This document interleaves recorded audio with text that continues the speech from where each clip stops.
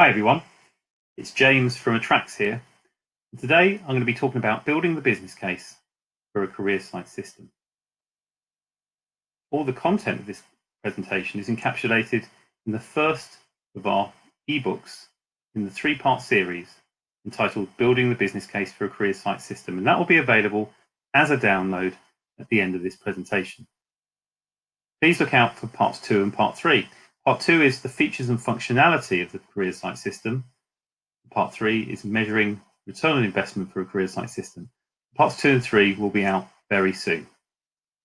I'd like to take the opportunity to thank all the contributors that have made this ebook series happen.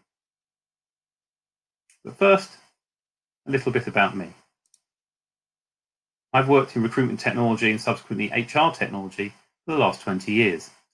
I'm the former CEO of Format, now the CEO of Attracts, and we conceived, built and launched our total career site system in 2018 with the first client, Vodafone.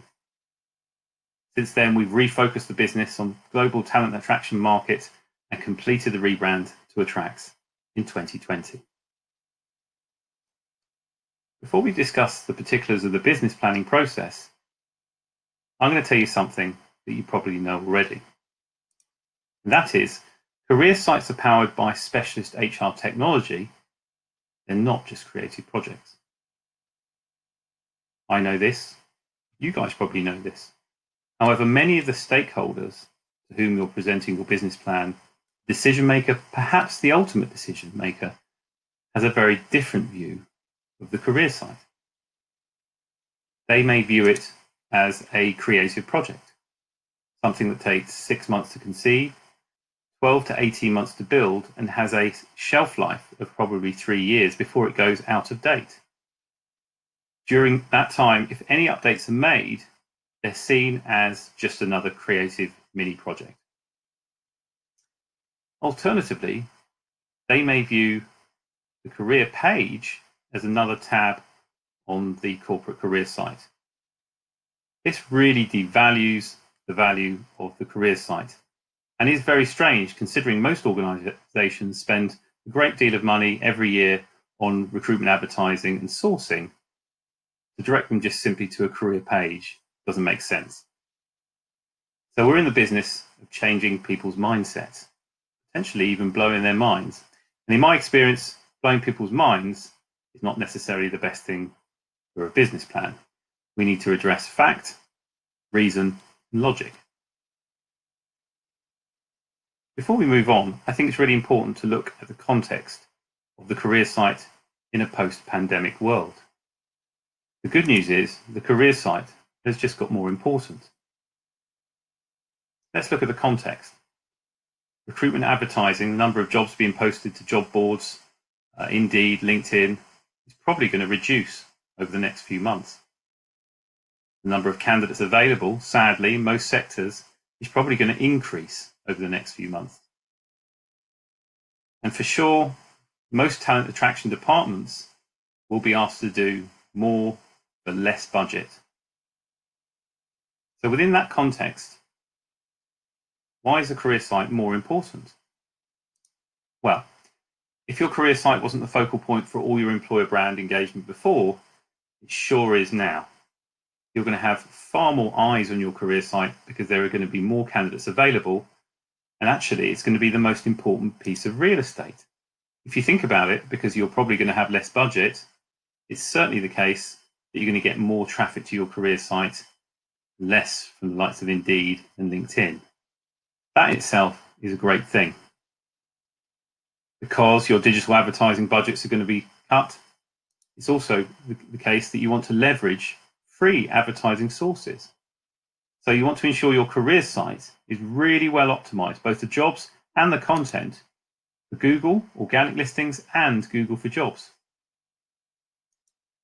And of course, going forward in the new world, you'll want your career site to power the automation that engages with your candidates, the chatbots, the landing pages that you create on the fly as a result of your digital advertising campaigns, and the analytics that you can't get anywhere else regarding your marketing campaigns. In a post-COVID landscape, the career site is more important than ever. Why do we refer to a career site system? Well, we've already established the career site system isn't a creative project. By implication, a system is something that gets updated regularly. It's cloud-based. It's software as a service. A system can be likened more to a piece of technology, like Office 365 or Salesforce.com. And a career site system sits firmly in your tech stack in between your employer brand and your applicant tracking system.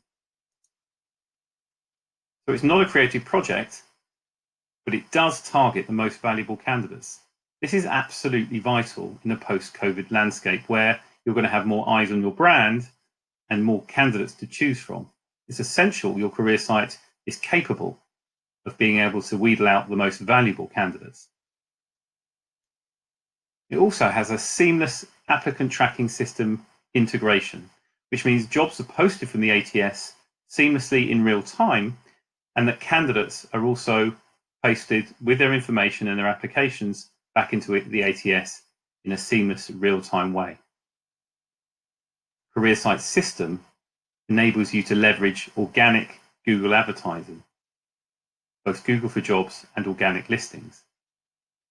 Of course, it will leverage the latest technology in personalization, artificial intelligence, and automation, and will provide you with analytics that you can't get elsewhere. A career site system is a system, so it's constantly updated. It's software as a service, it's cloud-based. But more importantly, it puts the talent attraction team in control. Many clients we speak to, their career site is actually in the domain of marketing or information systems. But a career site system is your piece of real estate, which enables you to control the updates and things like landing pages and content. This is absolutely vital. It's very difficult to predict the future at the moment, and an agile career site is really, really important. So what about the business case? Well, it's really important to define first where you're going. What is your North Star? What is your unique selling point? Is it automation? Is it a chatbot? Is it a better candidate experience? Is it a fantastic ATS integration? Something big that you can hang your hat on is really, really important when building your business plan. Ownership of career sites could be all over the business. It could be partly in marketing or branding. It could be owned by information technology. It could actually be owned by your creative agency.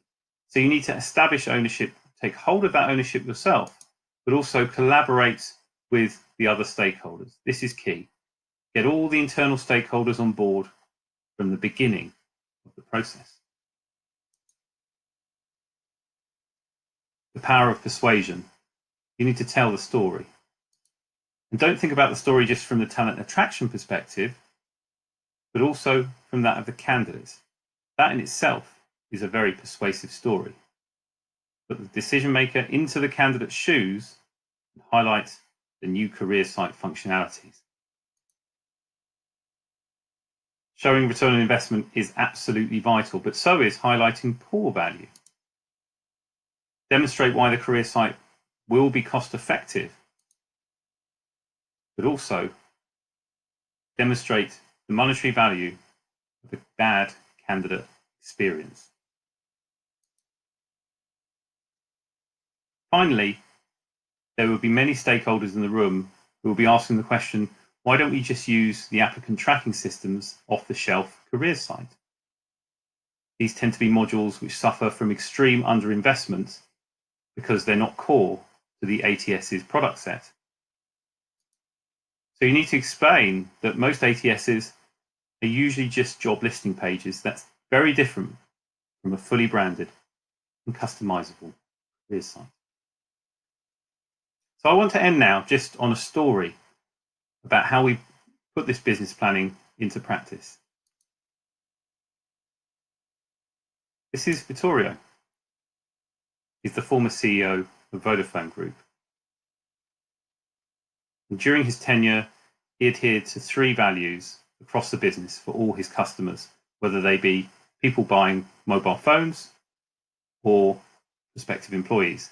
And those 3 values were based around speed, simplicity, and trust.